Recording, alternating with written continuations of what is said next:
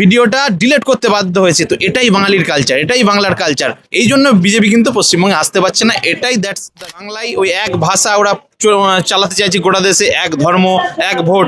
এই পলিসি যেন কোথাও বাংলায় এসে মুখ থুবড়ে পড়ছে বা সাউথের রাজ্যগুলোতে মুখ। এখানে সায়ক ভেবেছিল যে একটা হিন্দু মুসলিম গরম গরম ইস্যু হবে, হিন্দুরা আমাকে সাপোর্ট করবে, হিন্দু ভাইরা সাপোর্ট করবে। উল্টো দেখা গেল যারা ওই সো কল্ড মানে কথাটা ইউজ করছি, হিন্দু ভাই বোনেরা ওকে গালাগালি করছে। এত ট্রোল করেছে হিন্দুরা, মুসলমানদের সেখানে যেতেই হয়নি। বিভিন্ন জায়গায় বিজেপি বিভিন্ন কন্টেন্ট ক্রিয়েটার যারা রয়েছে তাদের ফান্ডস দিয়েছে। এটা বিভিন্ন নিউজ পোর্টালে আমরা জানতে পেরেছি, নিউজ খবরে জানতে পেরেছি।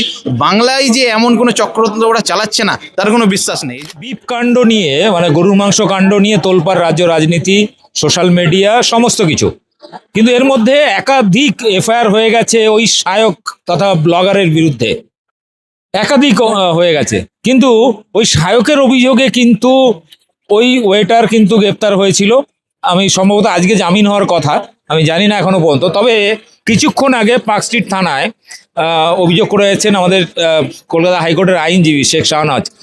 তো বিষয়টা হচ্ছে, এই বিষয়টাকে কিভাবে দেখছো? মানে এই যে একটা খুব পপুলার যে জায়গাটা হচ্ছে বিপ স্টেক হিসাবে, এবং অনেক সেলিব্রিটি বা ফরেনার্স বা একটু কি বলবো, একটু বুদ্ধিজীবীদের কফি হাউস, মানে মানে কফি হাউস বলতে ওই মাতালদের কফি হাউস, মানে ভদ্র সভ্য মাতালদের কফি হাউস বলে পরিচিত ওই জায়গাটা।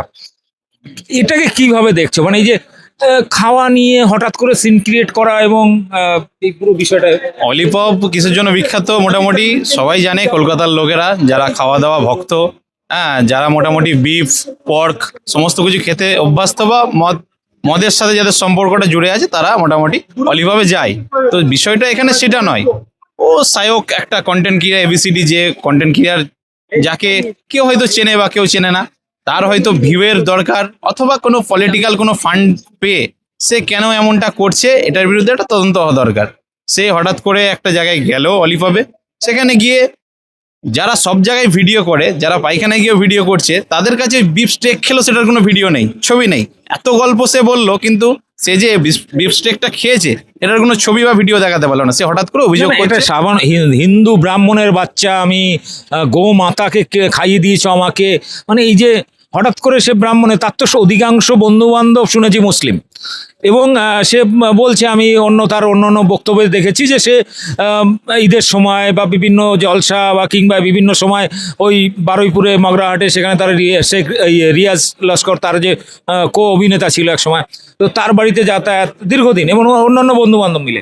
তো হঠাৎ করে আমি একটা জিনিস বুঝতে পারছি না, সে তো গরুর মাংস টেস্ট জানে, গরুর মাংস আর বিফ মটন দুটো টেস্ট কিন্তু আলাদা। তো এটা ও খেয়ে নিল চেটে পুটে সব খাওয়া দাওয়ার পরে, তখন যখন আবার মাটন এসে তখন বলছে।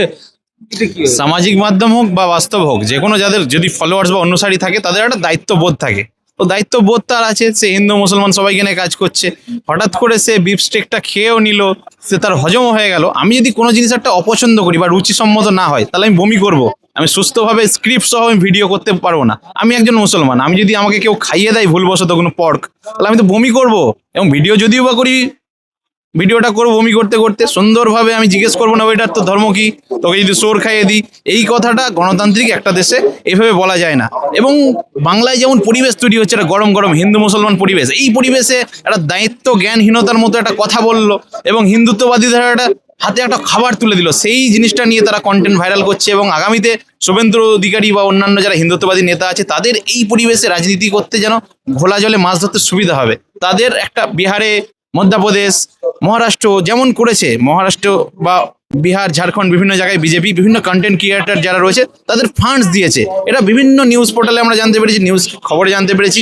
বাংলায় যে এমন কোনো চক্রান্ত ওরা চালাচ্ছে না তার কোনো বিশ্বাস নেই। এই জন্য আমরা আজকে পার্ক স্ট্রিট থানায় একটা মামলা করলাম। আগামীতে আমরা পুলিশ কমিশনার কলকাতা পুলিশের কাছে যাব, যে বিষয়টার সুষ্ঠু একটা তদন্ত হোক, যে কোনো পলিটিক্যাল এর পিছনে কোনো ফান্ড আছে, এর পিছনে কি উদ্দেশ্য রয়েছে। হঠাৎ সায়ক যে হিন্দু মুসলমান সবার কথা বলে, সে হঠাৎ করে কেন একটা ওয়েটারের ধর্ম জিজ্ঞেস করছে।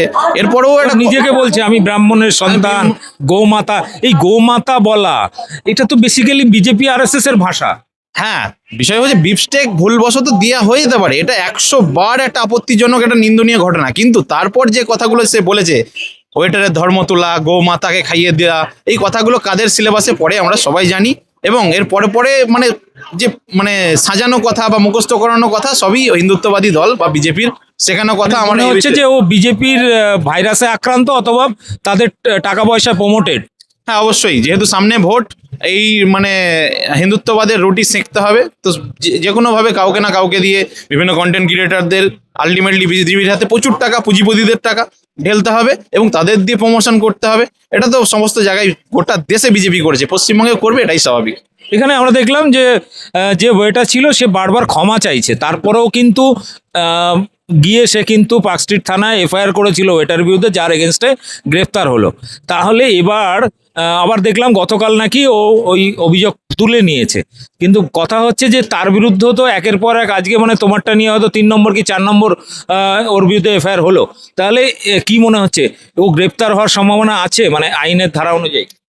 একদম, যদি পুলিশ এটা না করে, আমি অলরেডি পুলিশের সাথে বড়বাবুর সাথে পার্ক স্ট্রিট থানার বড়বাবুর সাথে আমি পার্সোনালি কথা বললাম আমরা এই বিষয়ে অলরেডি তদন্ত শুরু করেছি এবং ওনাকে কালকেই নোটিশ পাঠাবে, এটা আমাকে মৌখিকভাবে বড়বাবু জানালেন। আমরা বললাম এটা নিয়ে কিন্তু আমরা থেমে থাকবো না, আমরা পুলিশ কমিশনার কলকাতা পুলিশের কাছে যাব এবং এটা নিয়ে আমরা মানে দীর্ঘদিন ধর্ণা করব। এটা যদি না হয় তাহলে আমরা কোর্টের দ্বারস্থ হব। মানে থেমে থাকার কোনো বিষয় নেই। একটা জিনিস করলাম, অলিপপের সঙ্গে ক্ষমা চেয়ে নিলাম, ঠিক আছে, পোস্ট ডিলিট করে দিলাম, এটা নাথিং দ্যাট, এরকম ছোট কোনো ঘটনা নেই। একটা গরম গরম পরিবেশ তৈরি হয়ে গেল, হিন্দুত্ববাদীরা এই অস্ত্র পেয়ে গেল, ভিডিও ভাইরাল হয়ে গেল এবং আমি সরি বলে দিলাম, এটা তো এরকম বিষয় নয়, তাই না? এবং যে ছেলেটাও অ্যারেস্ট হয়ে গেল মাঝখানে, অলিপপেরও কিছু হলো না, এই ছেলেটারও কিছু হলো না, ফলোয়ার্স বাড়লো, অলিপপের কাস্টমার বাড়লো এবং যে ছেলেটা ওয়েটার ছিল এ মাঝখান থেকে জেলে বন্দি রয়েছে। কিন্তু আমরা দেখলাম এই ঘটনায় সব থেকে বেশি বিরোধিতা সোশ্যাল মিডিয়ায় এই সায়ককে কিন্তু কাঠগড়ায় তুলেছিল নেট দুনিয়া সোশ্যাল মিডিয়াতে, এবং তার যারা মানে কি বলবো খুব কাছের অনুসারী ব্লগার আছে, কন্টেন্ট ক্রিয়েটার আছে, এমনকি অভিনেতা অভিনেত্রীরা পর্যন্ত এমন মানে খুব কঠোরভাবে ওকে সমালোচনা করে। তাহলে কোথাও না কোথাও কিন্তু বাংলায় কি এখনো সম্প্রীতি বেঁচে আছে মনে হলো?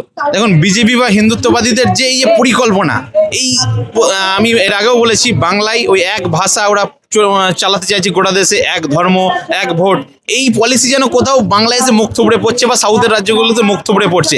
পশ্চিমবঙ্গের ক্ষেত্রেও একই। এই যে সায়কের যে ঘটনাটা ঘটলো, এখানে সায়ক ভেবেছিল যে একটা হিন্দু মুসলিম গরম গরম ইস্যু হবে, হিন্দুরা আমাকে সাপোর্ট করবে, হিন্দু ভাইরা সাপোর্ট করবে।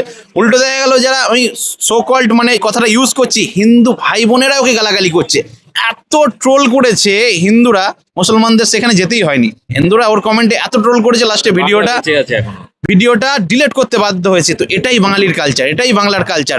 এই জন্য বিজেপি কিন্তু পশ্চিমবঙ্গে আসতে পারছে না, এটাই দ্যাটস দ্য রিজন। ধন্যবাদ, অসংখ্য ধন্যবাদ সময় দেওয়ার জন্য। তবে আশা করব যে সায়কের উপযুক্ত শাস্তি হোক এবং এর পেছনে ওকে এই ভাইরাসটা ওর মগজে কারা ঢুকিয়েছে বা পয়সা দিয়েছে কিনা এটার একটা তদন্ত কিন্তু চাইছেন আইনজীবীরাও এবং আমিও চাইছি। ধন্যবাদ, ভিডিওটি ব্যাপক শেয়ার করবেন।